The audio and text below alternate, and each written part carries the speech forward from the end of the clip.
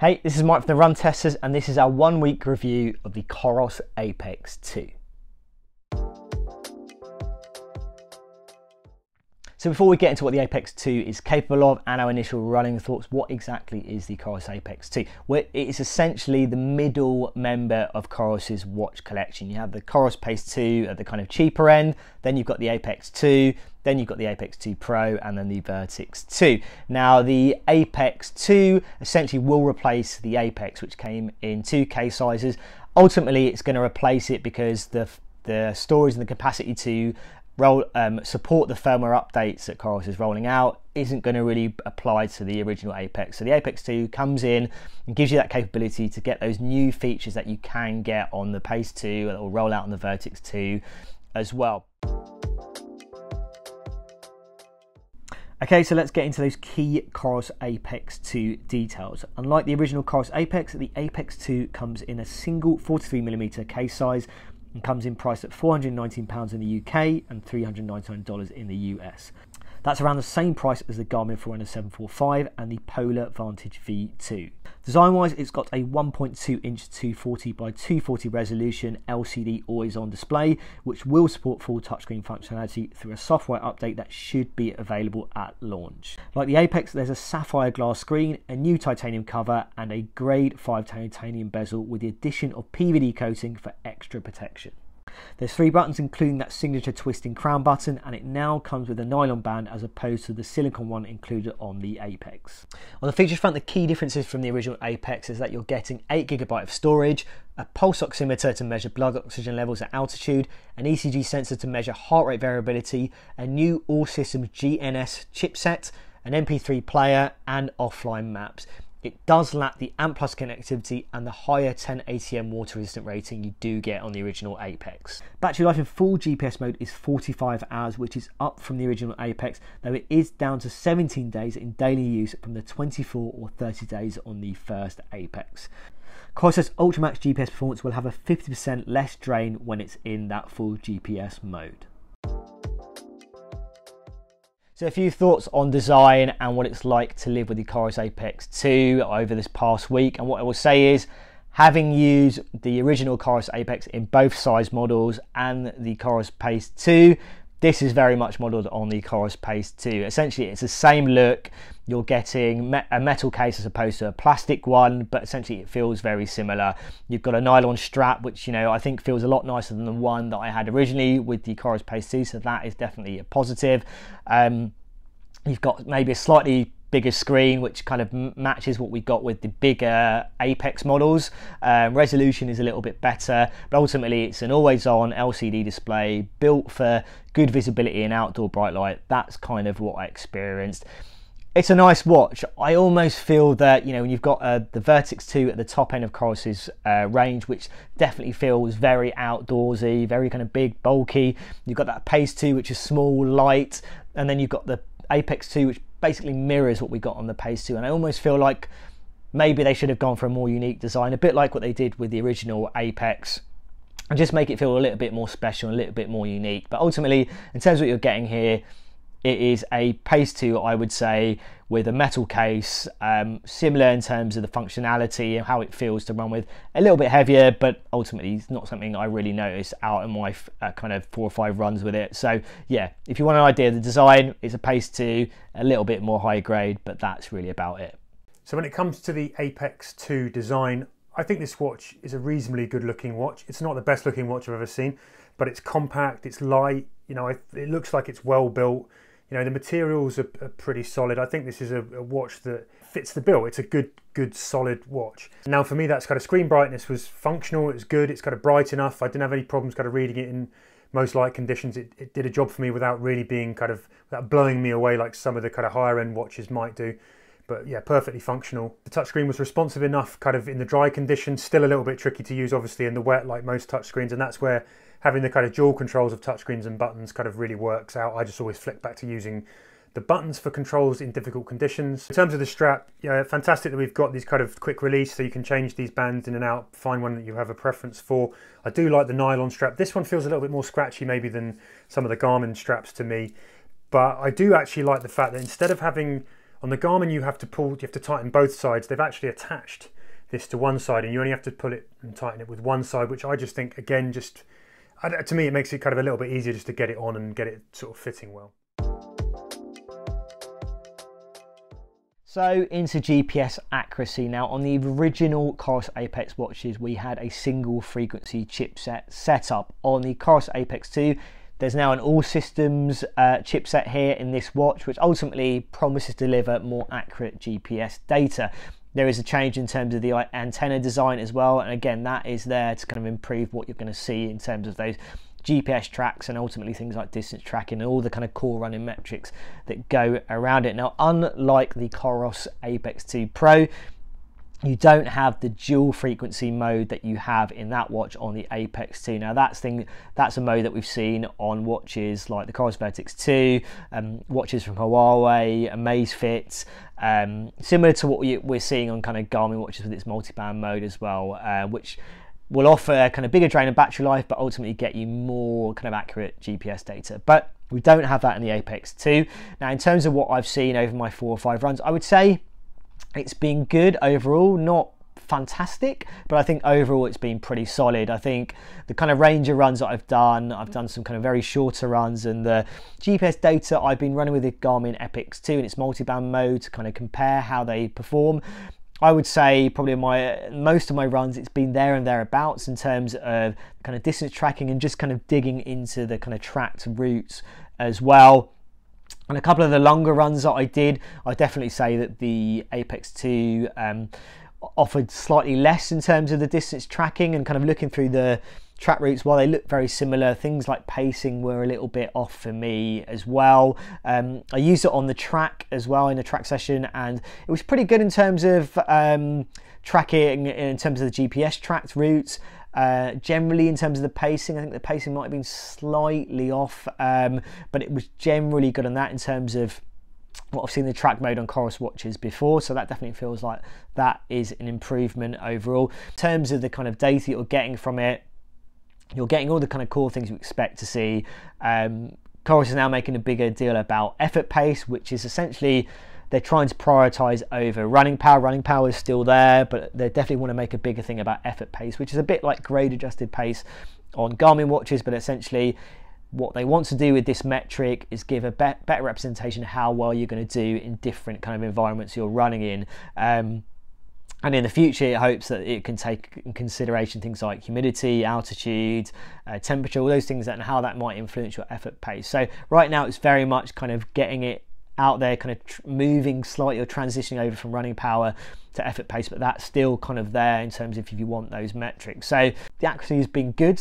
Not perfect, but I think in comparison to the Garmin Epix 2, which I found generally in my area has been pretty reliable in terms of that tracking, it's held up pretty well on that front, and in terms of the other kind of data that you're getting around it, that kind of GPS and kind of location tracking is really going to fuel as well. Now, in terms of the GPS accuracy, I put this up against the Apex Pro 2, which I've been wearing simultaneously. I also tested it against various things like the Phoenix 7X, against the Sunto 9 Peak Pro, against the Garmin Enduro 2. So some of those watches that are much kind of higher end than these guys. And in my tests, I think the Apex 2 had a little tendency to read a little bit shorter than the Apex Pro 2 and some of those watches, but it was all still within kind of that kind of margin for error that you would expect from GPS. So there was nothing that was really, really alarming. And taking a sort of deeper dive into the GPS tracks with the Pro 2 and up against the Vertix 2, it's actually the Pro 2 that sort of seemed to perform the best.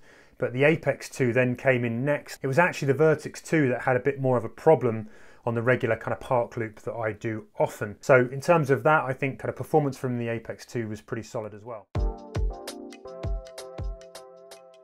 In my tests of the optical heart rate performance for the Apex 2, I got some kind of really kind of mixed reads, really. I put it up against lots of other watches who's looking at their optical heart rates, but also mainly the Garmin HRM Pro Plus chest strap. And now the mixed performance are basically this. Sometimes when you looked at the workout summaries, the average was bang on. The max heart rates could also be bang on. Other times it would flip and the max would be way high. The average was often sort of still on point. When you dive into the heart rate data to look sort of really closely during a workout, it's not really difficult to see why. The optical sensor on the Apex 2, it not only kind of sometimes took a little bit of time to kind of get up to speed with the chest strap. It also had a tendency at times to kind of spike high and drop much lower, and not just once in a workout at the beginning, which can sometimes happen, but all the way through certain workouts. So, you know, sometimes it was a little bit hit and miss, not perfect.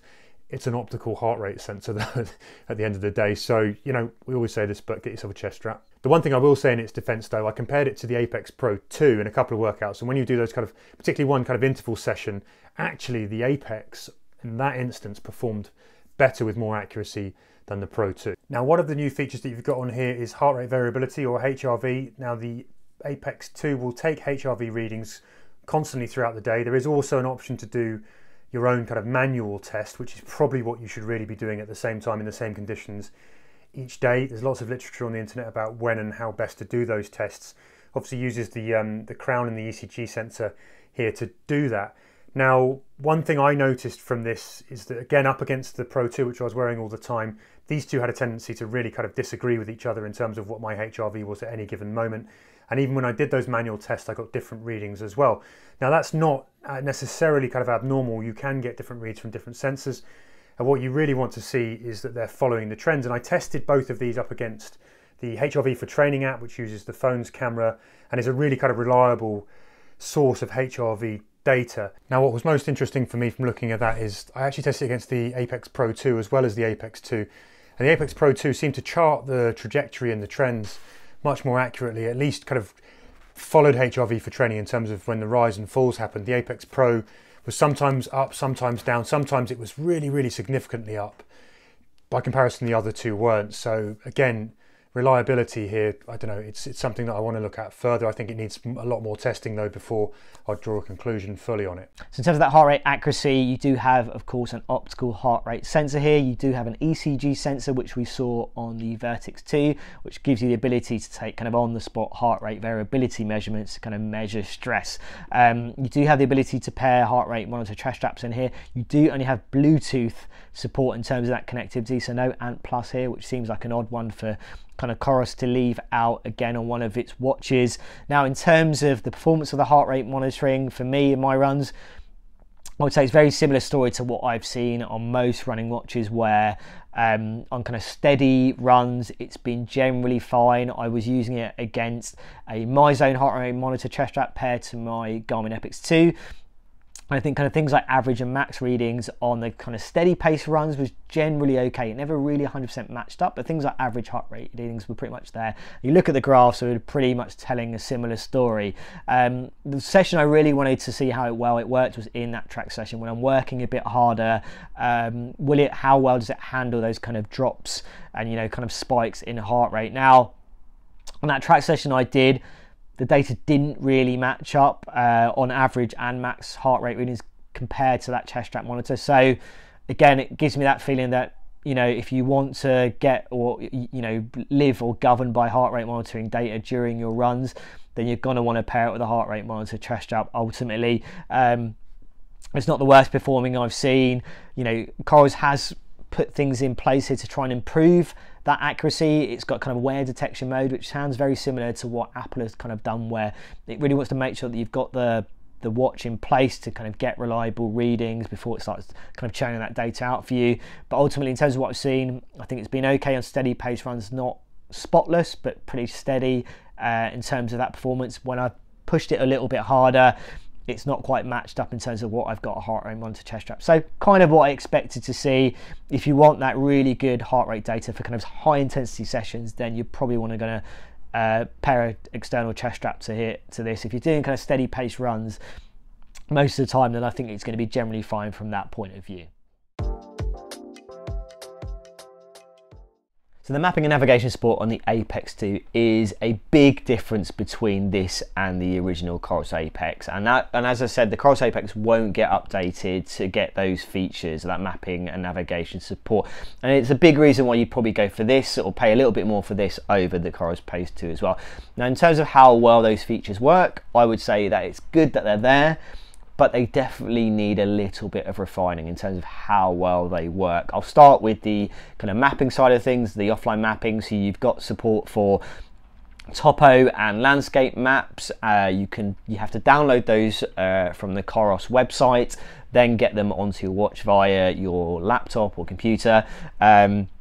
You can use them in hybrid mode, so use both maps as long as you've downloaded both versions of the maps from the website. Now, I would say that process is a little bit awkward. I think, you know, it's a drag and drop process. You have to be very precise in terms of how you're doing it, and it takes a while for those files to load onto your watch. Once that's kind of done and you've got them on, you can press that toolkit button, and then you can get into that mapping. Now, the mapping, from my point of view, isn't massively rich. It almost needs a little bit more detail in terms of what you're getting there.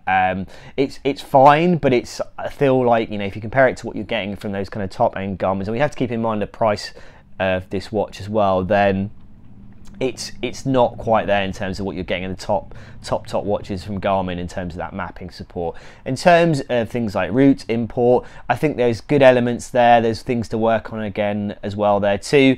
It's very easy to import a route onto the watch. You can take it from an existing workout that you've done in the Coros watch, or you can simply get a GPX file and import that into the app, and it's very easy. The way I did it, I went on Garmin Connect, I exported a route that I did to a GPX file. I downloaded that to my phone. I chose to share that to the Coros app. As soon as I put it into the Coros app, it recognised I wanted to import the route, and also that whether I wanted to sync it to the watch, and it was very, very quick to do that. So from that part of things, it works really, really well. In terms of that experience using kind of the route kind of import and following, it's okay. You've got this kind of chevron style treads to kind of take you through or direct you, a bit like Garmin have added in their latest watches. You do have turn-by-turn navigation support here on the Coros watch, but you have to kind of do it through a third-party app. So it would be great if that was kind of integrated into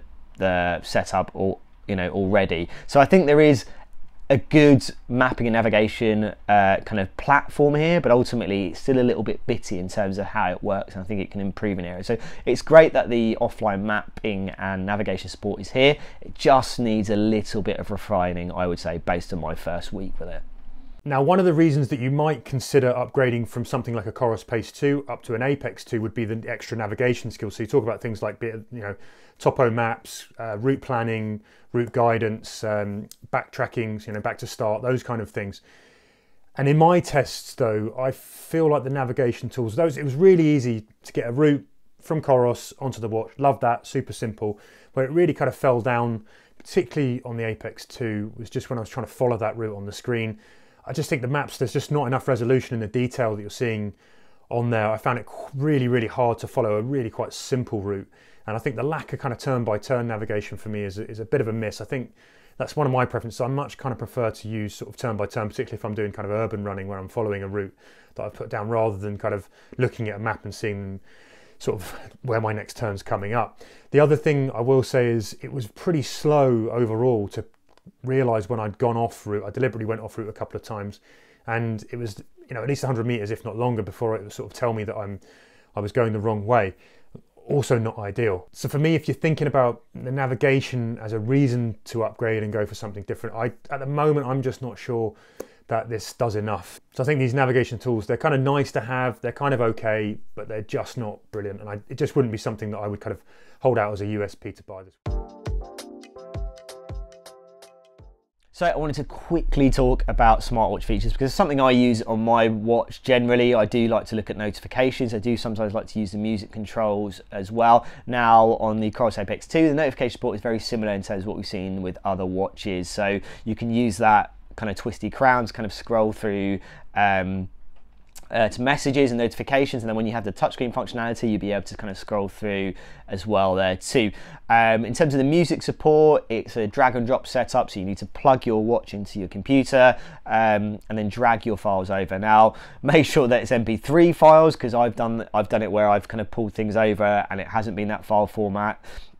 But ultimately, it takes, even for a small amount of files, it takes quite a long time to drag and drop those files onto the watch. Now once that is done and they're on there, the experience is pretty good overall. I managed to pair my Jabra Elite 7 Actives to them pretty quickly. It picked them up when it kind of searched for them initially. And then the controls are pretty good overall. The touchscreen functionality is really working for the music controls. You can kind of slide the volume, kind of skip track. You can, when you're running, you could just have to press that bottom button to get back into your music controls. From that point of view, it works really nicely. But the actual kind of drag and dropping, you know, process is still a little bit slow and laboured.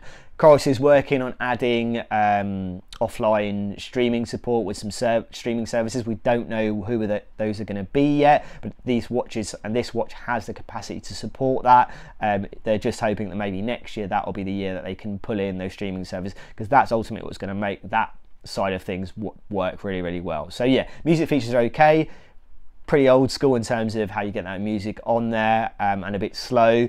But you know, if they can get streaming music services supported very, very quickly, then I think that's been a nice extra feature that you're going to get on Coros's watches.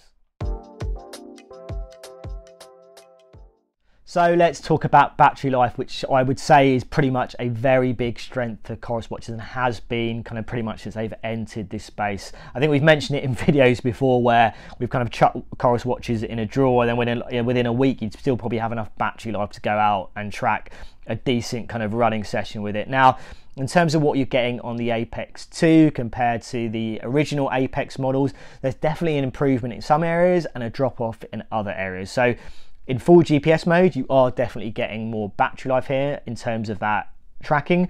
In terms of kind of day-to-day battery life, there is actually a bit of a drop off as well, and I've kind of shared how it compares to the Apex 2 in terms of what you're getting and in comparison for going up to the Apex 2 Pro. So in terms of my experience, it's been generally pretty good, I would say. I definitely do feel like maybe there is a little bit more of a daily drop off.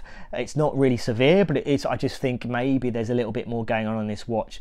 But on previous watches where, as I've said, there is a drop off in terms of that day-to-day battery life in comparison to those older Apex models.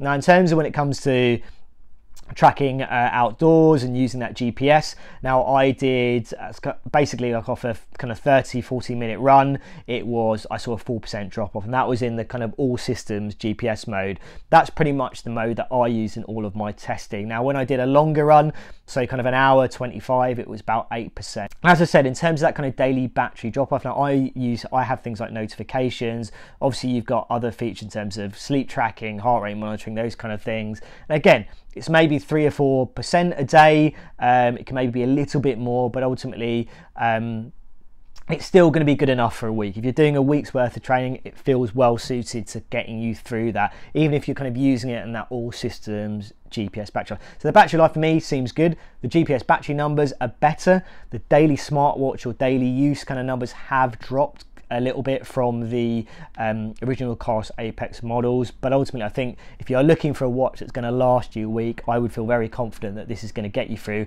a decent amount of GPS based training, and also, you know, doing other things or using it kind of some of the smartwatch features as well, and you'll get pretty solid battery life overall. So then for me, the battery life I thought was quite impressive. It kind of seemed to live up to billing in most sort of situations. I'm going to read through some stats here because my brain can't hold them all in, but the overnight battery burn I got from the Apex 2 was about 1%, so it's not doing anything crazy overnight, which you can find with some watches. I did a 1 hour run with all systems GPS on, and in that mode, I did several runs like that. In that mode, we kind of got an average of around 4% battery burn. I also did tests where we did 1 hour run in standard GPS mode, and that one burnt about 3%. So again, you know, you're not seeing any kind of major battery burn here. So my verdict on the Apex 2 then, this is a watch that I like, but I don't really love. Now, it's a tidy little running watch with a really enticing sort of set of tools and features, not least to say that kind of bigger battery life, which I think was great. In my tests, the GPS was solid. The optical heart rate was maybe a little less so, but overall it kind of does the basics, I think, really well enough. But I was trying to sort of think about what you're going to be judging this watch for, sort of mainly over a Coros Pace 2 or some of the others in the market. And I guess really beyond that bigger battery life for that extra money, you're looking at those navigation skills, which I'm just not sure they're really sort of worth the extra investment. The music skills, which aren't quite there yet. Obviously, you've got the all systems sort of satellite tracking. Did it make a huge amount of difference? I don't know. We're sort of talking about, you know, marginals here, I think, as well for that bigger kind of investment. Now, we've only had a week with this watch, so these are really sort of truly first impressions, and I do want to give it more time to see how it performs over a longer period. And if I'd never ever seen another running watch and I got given this, I'd be quite happy with it. You know, I think it's in that bracket. You know, I think it's a good, reliable, sort of solid, you know, nice to use, sort of happy on the wrist running watch. But it's quite a significant price hike over that original Apex.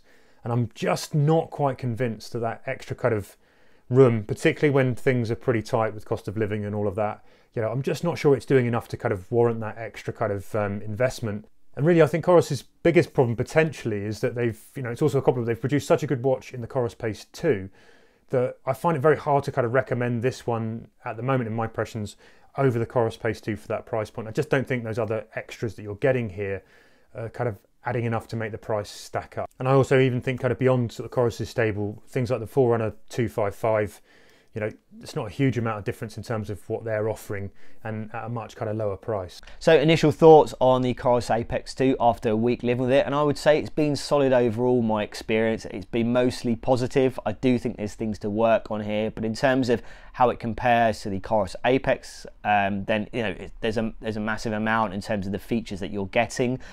How well those extra features work, definitely up for debate, but there definitely are some bigger features, and ultimately the Apex is going to be killed off in favour of the Apex 2 and the Apex 2 Pro. So that is something to keep in mind here. I think there's a few ways to look at it. Ultimately, I think if you look at this against the Coros Pace 2, I think the key things, you know, you are getting that kind of slightly improved design in terms of the materials, you are getting better battery life, you are getting those mapping features, which are a work in process, I would say, and then things like the smartwatch features and those extra sensors like the ECG and the pulse oximeter. So there are some reasons there to kind of, you know, upgrade from the Pace 2 or look to spend a little bit more than the Pace 2. But yeah, the experience has been solid so far, I would say. I think there's all good signs this is going to be another good addition to kind of the Coros family. So looking at how the Coros Apex 2 kind of compares to other watches that are around this price. So I'm thinking things like the Garmin Forerunner 745 and the Polar Vantage V2. And I would say this against the 745. The 745, you are probably getting less battery life. You don't have that offline maps as well. I would say it would be a big thing. But I think in the favour of the 745 is you have that kind of, in terms of the smartwatch features, you've probably got a little bit more going on there. I think you've got some more beginner friendly features, things like Garmin Coach, kind of the suggested workouts, a recovery advisor. I think those things make it a little bit more accessible than the Coros. I think you've got elements of those features here, but I would say the 745 feels a little bit more beginner friendly in terms of some of the software that it includes. If we're looking at this against the Polar Vantage V2, they've got similar in terms of that kind of full GPS battery life, but I'd say day-to-day battery life you're getting more on the Apex 2. Again, you're getting offline maps on this watch as opposed to the kind of support you're getting on the Polar Vantage V2. Again, a bit like the Garmin, I think you've got some more beginner-friendly features on the Polar Vantage V2. So things like FitSpark, Polar's running program I think is very good as well. So there's clearly some key software things on the Polar that I think are very strong as well. But I think overall, in terms of how this sits with those watches, I think it sits very well. Battery life, that offline mapping support that you're getting, the fact that, you know, Coros is very good at updating and improving these watches as well is very much something that it has in its favour. So there's some very key strengths and it sits well with those watches. I think the other thing I would say is if you could afford to spend a little bit more money, and I know that's, you know, not going to be everyone's kind of budget, you can go up a little bit, you know, 70, 80 pounds. As I say, it is still a lot of money, and you've got the Garmin Forerunner 955, which is a value for money watch at that top end in terms of that mapping support, in terms of the kind of battery life that you're going to get. It's not going to be as much as this, but it's going to be very, very good. And just those kind of top end features work really, really nicely on that watch. So that's something to consider. But I think if you look at this price point, look at what you're getting over the Pace 2, what you're getting over the 745 and the Polar Vantage V2, then there are reasons potentially to go for the Coros Apex 2. And I think it sits really, really nicely in terms of the price point as well. Maybe it could have been a little bit less, but I think in terms of what you're getting against the other watches around it, then it definitely competes on those fronts. So there you have it. That is our 1 week review of the Coros Apex 2. Now, if you've got any questions about this watch or any of the features that we've spoken about, let us know in the comments. We do also have a 1 week review of the Coros Apex 2 Pro, so definitely go and check that out on the channel as well. As always, like and subscribe. Hit that little bell to find out about our latest videos, and yeah, we'll see you for the next Run Testers video.